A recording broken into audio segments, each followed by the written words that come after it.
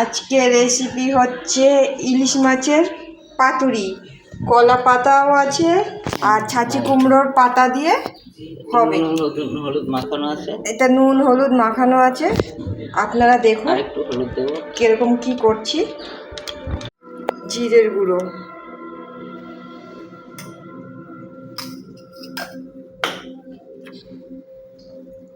কাঁচা লঙ্কা বাটা, স্বাদ মতো কাঁচা লঙ্কা বাটা, স্বাদ মতো সর্ষে পোস্ত, এটুকু অন্য কিছু দেবে। সব একসঙ্গে ম্যারিনেট করে নিতে হবে। কাঁচা সরষের তেল দিয়ে ভালো করে ম্যারিনেট করে নিতে হবে। মধ্যে আবার ছাঁচি কুমড়োর পাতা চলে যাচ্ছে।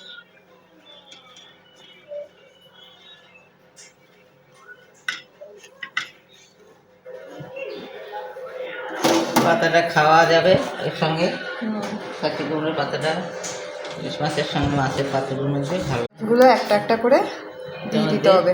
এই মাছটার মধ্যে ডিম আছে, পেটির মধ্যে ডিম।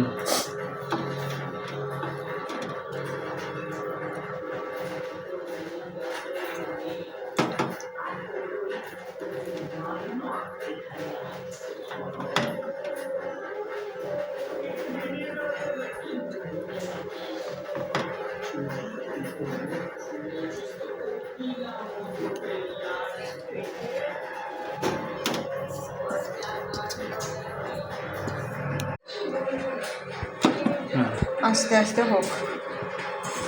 আবার আর একটা ছাঁচি কুমড়োর পাতা দিয়ে দিচ্ছে উপর থেকে।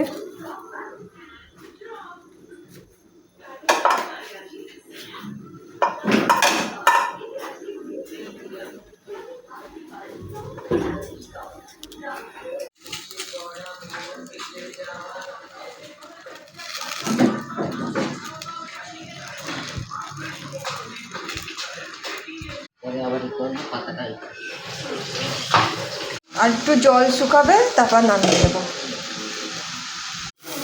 ইলিশ মাছের পাতুরি হয়ে গেছে, এবার নামানো হচ্ছে।